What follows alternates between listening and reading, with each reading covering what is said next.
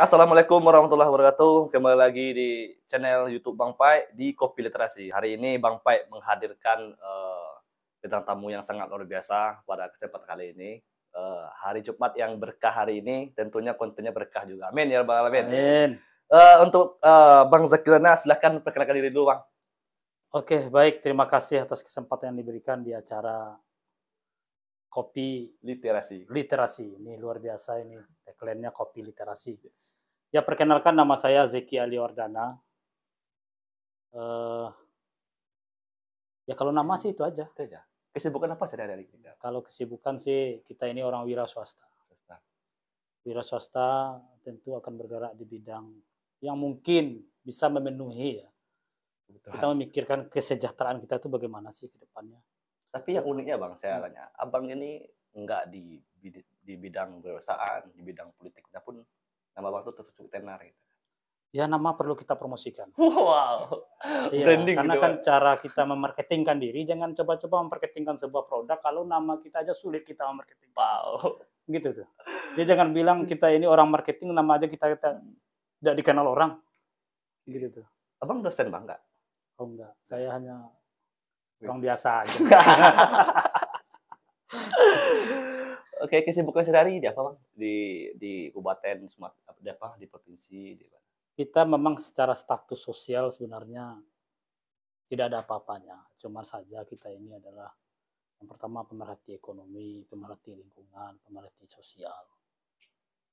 Akhir-akhir ini kita diberikan amanah selaku Ketua Kamar Dagang Di Kabupaten Padang Pariaman. Dan itu sebenarnya tidak ada niat juga untuk ikut jadi pengurus ini, jadi ketua ini, enggak. Tapi berjalan begitu, bagaikan air mengalir aja. Kalau orang berikan kepercayaan amanah kepada kita, ya kita terima dan kita coba jalankan dengan sungguh-sungguh. Tapi yang unik itu Bang, kemarin tuh kita nggak sempat begitu lama jumpa. Saya tanyakan kemarin tuh masih daftar Bang ya. Pekerjaan Abang di mana gitu. Kenapa Abang begitu benci dengan pertanyaan itu gitu? Karena itu privasi.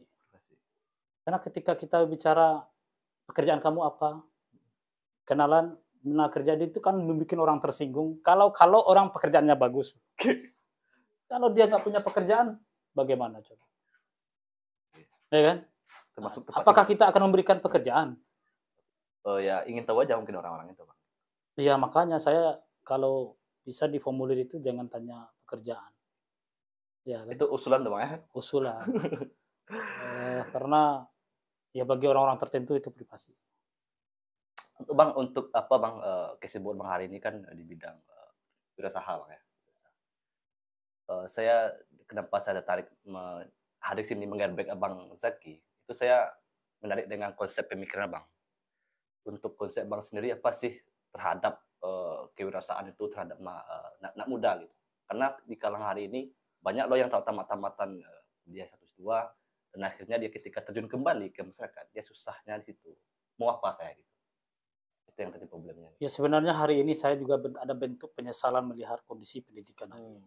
Kenapa saya menyesal? Kenapa dibawa berliku banget tuji hidup ini? Ya dibawa berbelok-belok. Sementara ending dari pendidikan itu adalah kesejahteraan dan bagaimana memenuhi kebutuhan. Tapi faktanya hari ini adalah generasi tersandra karena ekonomi yang tidak mantap, ekonomi yang tidak matang. Sehingga apapun yang dia lakukan dia tidak bisa berbuat banyak. Karena juga tidak ada instrumen pendukung di lingkaran mereka, di lingkungan mereka nggak ada. Nah makanya kita harus bagaimana kita masuk ke dunia yang namanya usaha. Karena negara tumbuh dan berkembang, majunya teknologi, majunya sebuah negara segala macam. Ya nggak mungkin negara sampai hari ini mati-matian bagaimana ekonomi tetap tumbuh, bagaimana ekonomi tetap bertahan, bagaimana inflasi tidak ada, kan begitu.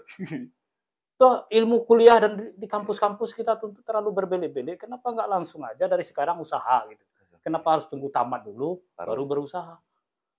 Kan kalau ada jalan pintas, ngapain harus diajak mutar-mutar. Sementara untuk berpendidikan seperti itu biayanya mahal. Sekarang saya tanya, mana perguruan tinggi yang bisa menjamin atas dia luluskan kita di perguruan tingginya? IPDN saya tuh. Ya, IPDN. Ya itu dikerjakan di internal dia juga. Tapi perguruan tinggi banyak ini yang juga dilegalkan oleh negara. Ya kan? Dan kurikulumnya juga disupport dan itu pun dianggarkan oleh negara. Kalau Abang bilang seperti itu, Abang sepakat nggak ketika perguruan tinggi itu hanya ajang bisnis juga saya Bang? Karena saya itu memang bisnis. Karena di situ ada produk pendidikan. Sesuatu yang bicara produk berarti ada nilai ekonomi di situ. Ya kan? Coba produk hukum. Akhirnya apa? Hukum harus diperjualbelikan. Begitu loh. Produk ekonomi, ya, produk apa? Produk pendidikan. Rumah sakit juga sebuah semacam produk. Jadi kalau kita bicara ada produk pemikiran, itu bisa menghasilkan uang. Ya, kalau kita nggak punya produk pemikiran, apa yang kita jualkan ke orang? Apa yang bisa menjadi daya tawar dan nilai jual kita? Menurut Abang seperti apa sih sebenarnya perguruan tinggi itu yang diterapkan, apalagi di bonus demografi hari ini, yang diterapkan sistem ya, konsepnya perguruan tinggi itu sendiri, Bang? Sebenarnya kalau bicara pendidikan kita harus kembali kepada hikmahnya. Yang pertama itu adalah membentuk karakter, ya, perilaku mental dan perilaku anak muda. Kemudian harus dasar kesadaran. Setelah dia menerima pendidikan, sepanjang itu mulai dari TK, SD, SMP, SMA, perguruan tinggi, harus tumbuh tuh nilai-nilai kesadaran untuk berbuat lebih banyak dan jangan berbicaranya untuk banyak orang. Selesaikan dirimu. Jadi pendidikan itu bukan untuk orang lain. Kita menerima pendidikan itu kita bayar sendiri, kita berusaha sendiri, kita bangun pagi, kita jalan sendiri, kita datang ke perguruan tinggi. Untuk siapa? Bukan untuk orang lain, untuk kita. Tapi hari ini kan kita banyak seolah pendidikan itu untuk orang lain. Nah, kalau kita ini sudah bersama-sama kembali kepada diri kita masing-masing, ini aman dunia ini. Yang jadi masalah, kita sok perhatian ke orang lain. Diri kita sendiri? Iya, apa itu? Kebanyakan ya, Bang? Kebanyakan. Kalau Bang melihat hari ini, Bang, maksudnya yang Bang temukan problem yang terjadi hari ini, contohnya di dunia bisnis, itu apa sih problem terhadap anak muda sendiri, Bang? Sebenarnya kemauan aja. Kemauan, Bang. Kemauan aja. Kalau dia punya kemauan, dia bisa. Karena manusia itu bagaikan pabrik. Dia bisa memproduksi apa aja. Yes. Ya, itu manusia. Tapi kalau dia tidak menggali potensinya, apa yang bisa dihasilkannya, maka dia menjadi pabrik tidur atau pabrik mati. Sehingga itu yang dikatakan tidak punya nilai jual itu manusia. Maka nggak salah kata para ulama itu. Orang yang berilmu itu ditinggikan derajatnya. Begitu. Karena dia punya nilai produksi di situ. Salah satunya nilai pemikirannya ada. Produksi pemikirannya ada, konsepnya ada, mindsetnya ada. Ya, itulah produk manusia. Ada kata-kata Bang kemarin saya menarik, yang itu menjadi ketika saya pulang saya ingat, ini luar biasa juga pemikiran Bang Zeki ini. Bang katakan bagaimana Tuhan memberikan kita konsep rezeki kata tadi, Bang. Ya. Itu konsepnya seperti apa, Bang? Bisa sampai situ pemikiran Abang, imajinasi Bang? Ya, persoalan rezeki kan kita sudah banyak bicara ranah rezeki. Ya. Kita cari rezeki. Tuh. Kita berusaha. Sebenarnya jangan cari. Sesuatu yang kita cari berarti sesuatu yang belum ada. Sementara Tuhan sudah menjanjikan sama kita, rezeki kita itu ada. Tapi bagaimana cara kita menjemput rezeki kita itu? Ya kan? Nah, sekarang saya ilustrasikan. Kalau saya taruh, ini jatahnya Bang Pai ini, jatahnya ada 1 gudang beras. Saya suruh jemputlah ke sana. Kalau jemputnya pakai sepeda, maka ke bawahnya berapa? 1 pun susah. 1 pun susah. Tapi jemputlah dengan berbagai alat yang banyak, maka semua jatah itu bisa kita bawa pulang semua. Hari ini, betapa besarnya rezeki yang disiapkan oleh Allah kepada kita. Pertanyaannya, bagaimana kita menjemput? Dengan apa kita jemput? Kalau kita jemput hanya kerja, penjerprint, menerima gaji pagi sore, ya itulah yang kita dapatkan. Tapi siapkan wadah-wadahnya, alat-alatnya untuk mendatangkan rezeki itu. Ya walaupun kita kerja keras, nggak perlu ada wadahnya. Percuma saja contoh sopir taksi itu. Iya. Sopir taksi itu berdoanya udah luar biasa. Ya Allah berikanlah aku rezeki. Ya Allah berikanlah aku rumah, berikanlah aku mobil. Artinya semuanya didoakan. Tuhan bertanya, saya ingin kabulkan rezekimu, tapi saya taruh di mana? Saya taruh di mana? Karena kamu hanya punya wadah sopir taksi. Kalau sopir taksi sisa taruh orang banyak-banyak masuk ke taksimu, dan itu jalannya jauh-jauh, berapa kali per hari lu bisa? Tambah lagi macet. Berarti 3 hari, 4 hari, kamu udah malam, udah capek. Kira-kira berapa banyak yang bisa kita dapat? Ya. Gitu. 100 orang aja satu hari kelabakan kita. Karena di situ jalur rezeki, cara Tuhan menitipkan rezeki kita di situ. Tapi cobalah ada buka usaha lain, bentuk titik yang lain, bentuk titik yang lain. Nah, ini Tuhan menitipkan rezeki kita di tempat-tempat yang kita siapkan. Maka kemarin kita pernah bikin program yang namanya tanam pohon manggis itu. Itu semacam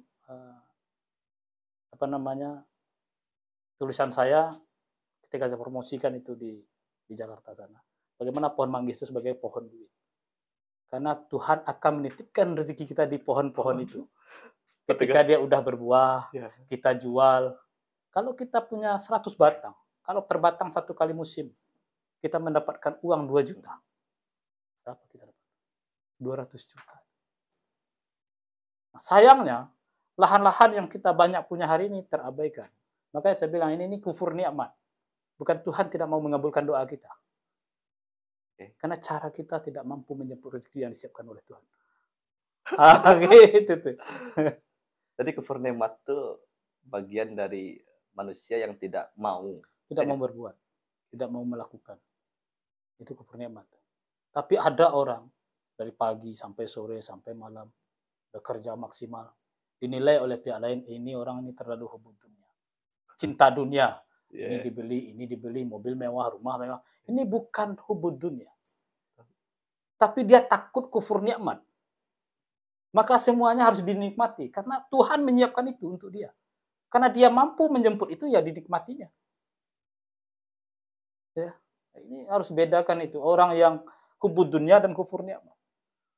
Nah, ada orang yang takut kufur nikmat, ya kita nikmati. Tapi bukan dalam rangka bereforia. Ini membuktikan bahwa rezekinya itu banyak diberi Tuhan kepadanya. Ketika dia banyak mendapatkan, dia akan banyak bersyukur. Maka kadang-kadang saya bilang, orang kaya itu dekat dengan surga. Orang miskin dekat dengan neraka.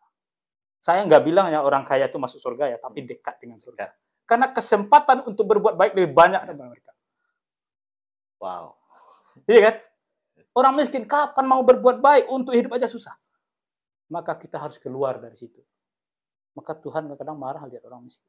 Karena dia tidak mau berbuat. Dibilang itu adalah nasib. Dibilang itu adalah takdir. Dibilang itu adalah suratan. Nggak ada itu Tuhan menciptakan kita untuk miskin. Nggak ada. Bang, maaf ya untuk para penonton.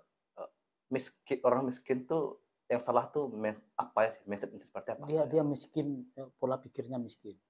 Mengukur orang miskin itu jangan diukur dari harta kekayaan. Betul. Jangan diukur dari materinya. Iya, betul. Hari ini orang kaya banyak juga yang miskin. Kaya dari materi tapi miskin dari pemikiran. Itu dia. Nah, ini orang-orang miskin kayak ini dekat dengan neraka itu. Walaupun hartanya banyak. Ya sekarang kita miskin itu bukan berarti harta kan lain. Iya, miskin pemikiran, perasaan juga kan gitu. Miskin pemikiran, miskin ilmu, ya, miskin pengalaman, miskin berbuat. Orang-orang seperti ini dekat dengan neraka. Tapi kalau orang kaya dengan ilmu, ya, kaya dengan sesuatu yang pernah dilakukan. Jadi itu orang yang punya sikap yang lebih sadar dia akan diri. Gitu.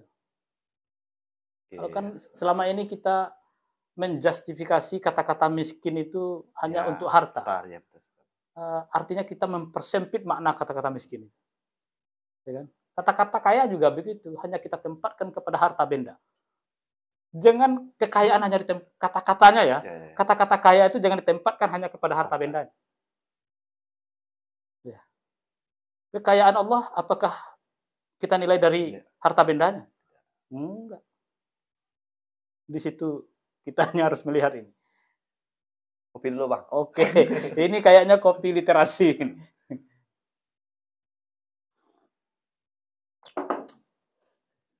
Saya katakan bukan mahasiswa, saya generasi lah.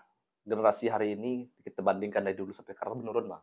Masih menurunnya segi kekritisannya, intelektualnya, dan segi kemauannya untuk membangun diri sendiri tentunya, untuk daerah masing-masing itu menurut saya. Itu kan ada yang salah atau pendidikannya atau memang mulai dari generasi ini yang berputar yang begitu zaman cepat berubah ini yang dipengaruhnya terhadap mahasiswa atau generasi hari ini, Bang? Ya, saya melihatnya begini. Kalau ada kata-kata generasi ini adalah generasi yang menurun daripada generasi masa lalu. Ya. Barometernya apa? Bahkan generasi ini hari ini generasi kilat. Kilat. Ya, generasi yang serba cepat. Cepat jatuhnya, cepat naiknya. Ya, cepat juga susahnya. Ya, kan nggak disangka-sangka. Bisa cepat melejit, cepat hilang, beredar. Ini generasi kilat. Nah, cuma saja orang dulu lebih banyak berbau, berkomunikasi, berinteraksi daripada sekarang. Langsung. Sekarang lebih banyak lagi berinteraksi tapi digital. Ini membuat generasi hari ini kaku. Kemampuan komunikasinya lemah. Karena dibantu oleh digital. Tapi generasi yang sadar bisa memanfaatkan digital itu. Bahkan dia lebih cepat, luar biasa. Makanya ada kata-kata saya, tidak ada cara lain untuk mengejar ketertinggalan itu selain dengan membaca. Membaca. Nggak ada cara lain. Kalau Amerika udah maju 400 tahun daripada Indonesia, kira-kira apakah Indonesia menunggu dulu umurnya 400 tahun untuk mengejar ketertinggalan di Amerika itu? Enggak. Bagaimana generasi lebih banyak ya menimba ilmunya, banyak membacanya, lebih gesit lagi. Dalam 1 tahun, 10 tahun, atau 20 tahun bisa kekejar itu Amerika. Enggak lama. Tanpa harus menunggu waktu 400 tahun. Begitu juga kita hari ini. Orang yang lebih besar daripada kita, lebih dulu dia berbuat daripada kita, maka dia lebih jauh ketinggalan kita. Tapi kalau kita mengejarnya dengan banyak membaca, maka akan terkejar sama kita itu. Makanya pergaulan anak muda hari ini kita tuntut. Bergaullah dengan kalang-kalang intelektual, profesor, doktor, ya, para praktisi, para pengusaha, skala dini. Bagaimana caranya? Ada buku-buku dan pemikiran-pemikiran orang-orang itu ada di tulisannya masing-masing. Belajar di situ, inilah pemikiran-pemikiran orang hebat yang kita adopsi ke pemikiran kita. Kalau enggak, kita udah tersandra oleh pergaulan setiap hari. Sibuk main HP, sibuk chattingan, sibuk game, dan lain-lain. Ini luar biasa pengaruhnya. Makanya generasi hari ini adalah generasi kilat. Ya, bak petir aja itu. Jadi kalau dia salah-salah, kilat dia tersampar petir. Ya. Hati-hati. Hati-hati benar. Benar-benar generasi kilat. Kalau itu menguntungkan, alhamdulillah. Tapi kalau itu, terbakar. Kayak kondisi hari ini, zaman cepat berubah itu. Erupsi apa, Bang? Iya, dalam jangka hitungan menit. Kayak kasus di kepolisian ini. Dalam hitungan menit berubah status dia. Ya. Tadinya orang yang diagung-agungkan. Dalam hitungan menit berubah status drastis. Apakah kurang kilat apa itu? Iya kan? Luar biasa. Bahkan lebih cepat dari kecepatan cahaya itu. Abang sendiri memiliki hobi tertentu nggak untuk jadi Bang sendiri? Hobi saya main-main. Main-main? Main-main hobi saya. Tapi bagaimana menciptakannya hasilnya bukan main. Gitu. Kalau kan hobi kita serius, segala sesuatu kita tanggapi dengan serius. Tapi hasilnya cuma main-main. Kalau hobi kita main-main, hasilnya bukan main. Itu kan luar biasa. Itu kan luar biasa. Gitu. Itu hobi banyak orang itu yang saya. Kenapa saya itu ucapkan agar semua orang ini harus main-mainnya yang bermanfaat. Tapi kalau main-main tidak menghasilkan, itu nggak produktif main-mainnya. Kalau Abang menggambarkan ketika di hari ini, hari kan masih peringatan Hari Kemerdekaan 17 November. Apa yang Abang ingin sampaikan kepada generasi kilat tadi, Bang? Sebelum Pak Menteri Nadiem Makarim juga bicara tentang kemerdekaan pendidikan, saya sudah bilang dari dulu, berikan kemerdekaan berpikir. Itu aja. Ya, berikan kemerdekaan berpikir. Karena hari ini pemikiran kita bisa-bisa terjajah. Siapa yang menjajah? Ya, lingkungan sudah menjajah pemikiran kita. Lingkungan. Kita tidak tuduh siapa dan orang. Tapi keadaan dengan adanya digital, kita tersandra. terjajah kita. Nggak merdeka lagi berpikir kita. Nggak bebas lagi kalaupun ada sebuah gagasan, sebuah konsep. Kita tidak mampu mengangkat konsep kita itu karena merasa, nggak ada yang dukung. Banyak orang yang menolak. Orang nggak setuju. Bang, peduli amat lu kata-kata orang itu. Sementara kamu harus merdeka. Lakukan aja. Orang akan bisa mengacungkan jempol ketika kamu benar-benar sudah terwujud itu pemikiran kamu itu. Disitulah kemerdekaannya. Wow. Kalau enggak, lu masih berdiri di atas pemikiran orang lain. Kalau mulai bergerak, apa nanti kata orang. Berarti lu bertindak atas kata orang. Bukan atas pemikiranmu. Artinya pemikiranmu terjajah. Tidak merdeka. Enggak merdeka. Ketika kamu melakukan, saya ingin berkarya lah, ya, ingin usaha misalnya. Tahu-tahu orang, nggak mungkin, itu sulit. Berarti kamu masih dengar pemikiran orang lain. Tidak mewujudkan apa yang kamu pikirkan. Berarti kamu belum merdeka. Masih terjajah. Keluar dari penjajahan ini memang berat. Butuh pengorbanan. Butuh berdarah-darah. Memang berat. Buktinya Indonesia merdeka hari ini itu tidak sedikit yang dikorbankan. Ya, bertumpahan darah itu.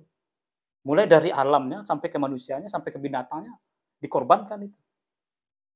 Agar bisa kata-kata merdeka itu kita pakai. Kalau hari ini pemikiran kita tidak bisa pakai itu kata-kata merdeka, berarti kita masih dalam kondisi terjajah. Nah, gitu tuh. Jangan hanya kita bicara, merdeka, merdeka. Itu hanya mengucapkan, belum memakai. Dan dia tidak bisa mengartikan, memaknai apa kemerdekaan itu. Iya. Makanya ada kemarin seluruh kita, ada seorang orang gila yang pegang telur itu, ya. Dia bersorak-sorak di perempatan jalan. Saudara-saudara, katanya, saksikanlah ini. Saudara-saudara, saksikanlah ini. Dia megang telur tuh. Orang kaget, apa yang disaksikan? Lihatlah ini. Inilah kemerdekaan. Dia ada, tapi tidak bisa ditelan. Gitu tuh. Dia jual telur deh, Pak, ya? Iya, dia cuma pegang telur satu buah. Nah, diumpamakan telur ini adalah sebuah kemerdekaan. Dia ada dipegang di tangannya, tapi dia tidak bisa menelannya. Begitu loh.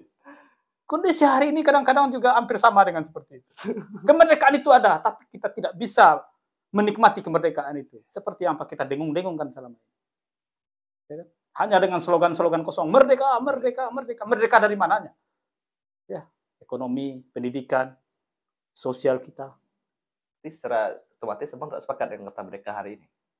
Saya lihat dengan kondisi. Ya, ini kan merdeka hari ini perulangan sejarah, mengenang pembebasan ketika itu masih dalam kondisi penjajah dan kita masuk ke gerbang kemerdekaan. Itu kan undang-undang. Setelah sampai saatnya dihantarkan ke gerbang kemerdekaan, belum masuk sesungguhnya, masih sampai di gerbang kita. Berarti kita memperingati kemerdekaan di tahun 45 dong. Maksudnya suasana pun di 45, bukan hari ini. Kita hanya mengulang sejarah, perulangan kembali, mengenang masa lalu, memori masa lalu, nostalgia masa lalu. Bahasa hari ini adalah hari kemerdekaan ketika itu kita deklarasikan. Makanya sampailah di pintu gerbang kemerdekaan. Kan gitu. Pertanyaan setelah sampai di pintu gerbang, Anda masuk nggak ke dalam kemerdekaan itu sendiri? Atau balik lagi ya? Atau balik lagi ke belakang? Gitu. Ini yang jadi perlu kita maknai itu kemerdekaan sejauh mana. Apakah kemerdekaan itu hanya bagi orang-orang tertentu? Jadi menurut saya. Nah, sekarang kita tidak tuding-tuding orang. Kembali ke diri kita. Anak muda hari ini, merdekakan dirimu. Lu jangan anggap orang akan bisa memerdekakanmu. Ketika kamu dimerdekakan oleh lain, berarti kamu adalah budak. Tapi kalau kamu adalah memerdekakan dirimu sendiri, kamu adalah merdeka seutuhnya. Oke, luar biasa. Gitu. Oke, untuk para penonton, ada pertanyaan untuk Bang Zeki hari ini. Putra, Dadok. Oke. Bang Fajri. Lanjutlah, sudah menarik mungkin. Oke, udah? Bisa dilanjutkan, teruskan. Oke, kita udah di hampir penghujung, Bang Zeki. Saya sebenarnya berharap ada yang memberikan sedikitnya, pertama tadi sudah mindset udah memberikan kepada para penonton kita. Dan hari ini saya merasa dimanapun saya berada kondisi hari ini, Bang, di kampung, di Priaman, dan lain-lain, itu kawan-kawan itu tuh terkendala oleh finansial, Bang. Karena kena finansial, seluruhnya mentalnya drop, tidak mau bergerak lagi, tidak mau mengeluarkan ide-ide baru gitu. Nah, Bang, saya minta ada sedikit Bang saran atau motivasi untuk kawan-kawan hari ini yang mental drop. Ya, saya menghimbau kepada generasi muda dan rekan-rekan sahabat-sahabat dan teman-teman yang di luar sana. Untuk hari ini jangan tersandra oleh yang namanya politik kekuasaan. Oke, siap. Jangan Anda tergiring atas kepentingan-kepentingan sekelompok orang hanya untuk mendapatkan sebuah kekuasaan. Kalau dia mendapat kekuasaan dan mempergunakan kita, maka kitalah yang dikuasainya. Tapi bagaimana hari ini anak muda bergerak kepada yang namanya politik kesejahteraan. Nah, ini bergeser sedikit mindset kita. Kita bergerak atas bagaimana kita bergerak untuk politik kesejahteraan. Nah, makanya satu sama lain itu saling menyemangati. Saling memberikan ide-ide dan inovasi, ide-ide kreatif yang harus kita tumbuhkan. Maka jangan gengsi untuk berbuat. Jangan gengsi untuk melakukan. Bagaimana cara mewujudkan ini politik kesejahteraan itu? Adanya di ranah ekonomi, usaha, bisnis. Dan itu tidak mudah. Maka kenapa dia tidak mudah? Karena banyak orang yang tidak bisa. Ya. Buktinya banyak orang yang tidak bisa. Karena itu yang sulit. Harusnya dari berbagai banyak instrumen ya, kita harus sudah bisa.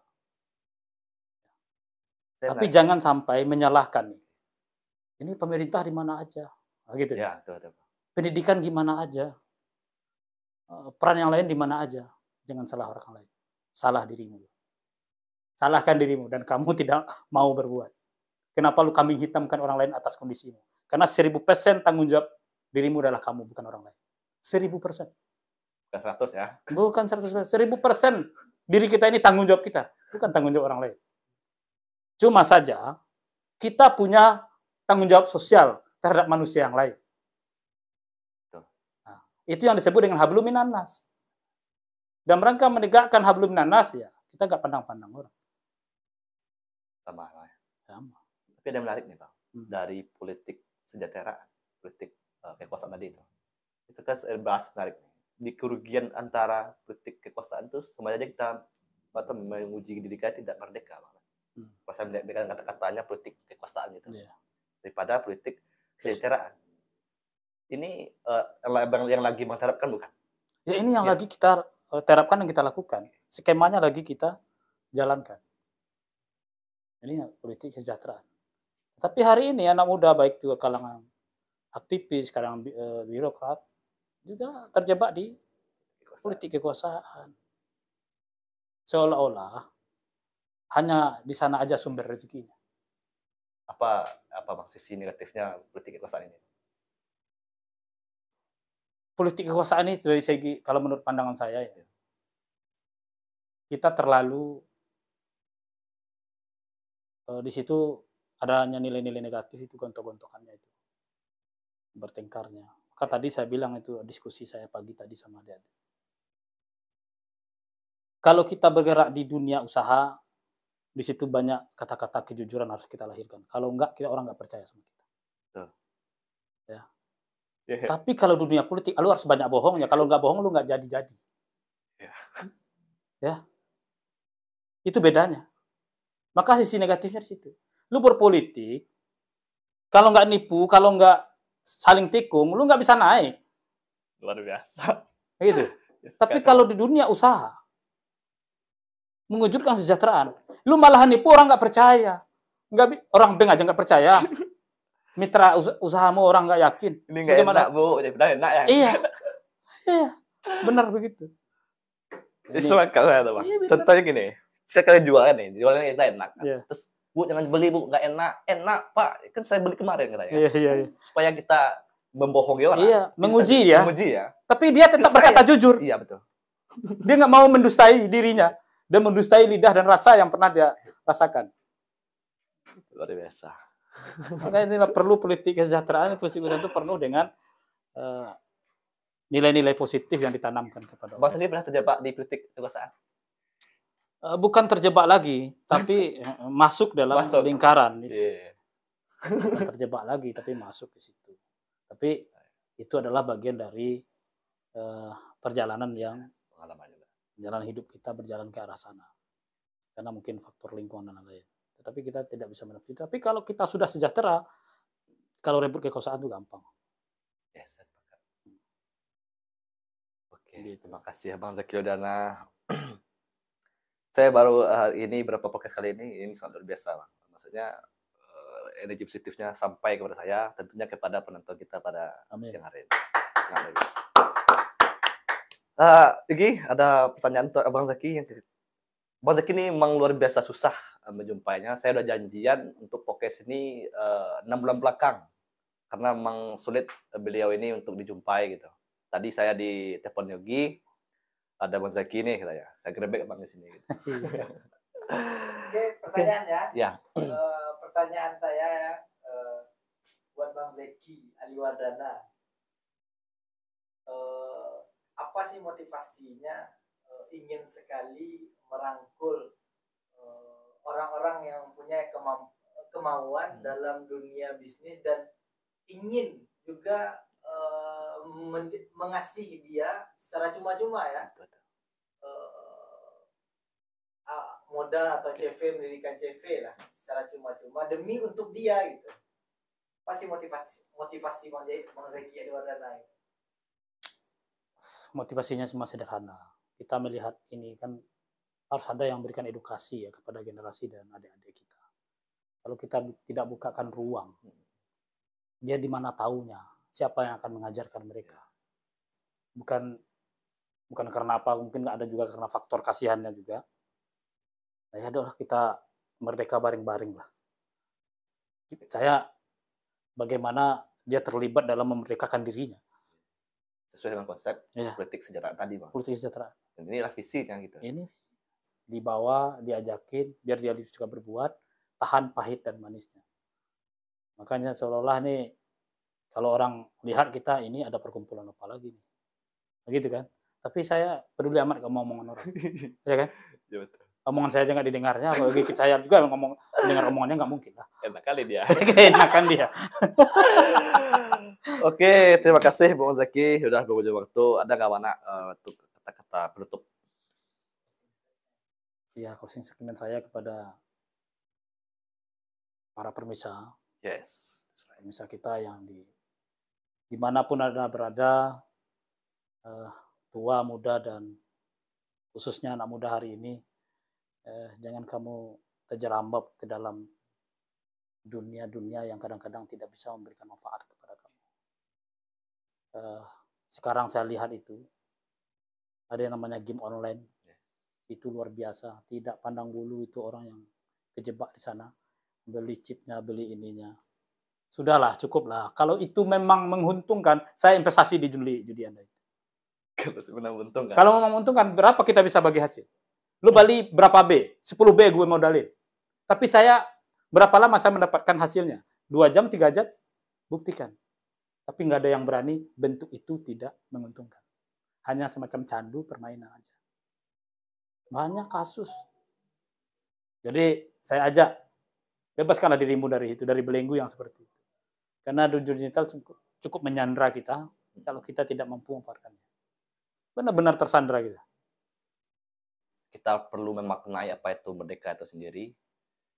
Lepaskan belenggu yang ada di dalam diri kita untuk kita merdeka sebenarnya. Saya Bang Pai, mengundurkan diri. Salam kopi literasi. Assalamualaikum warahmatullahi wabarakatuh.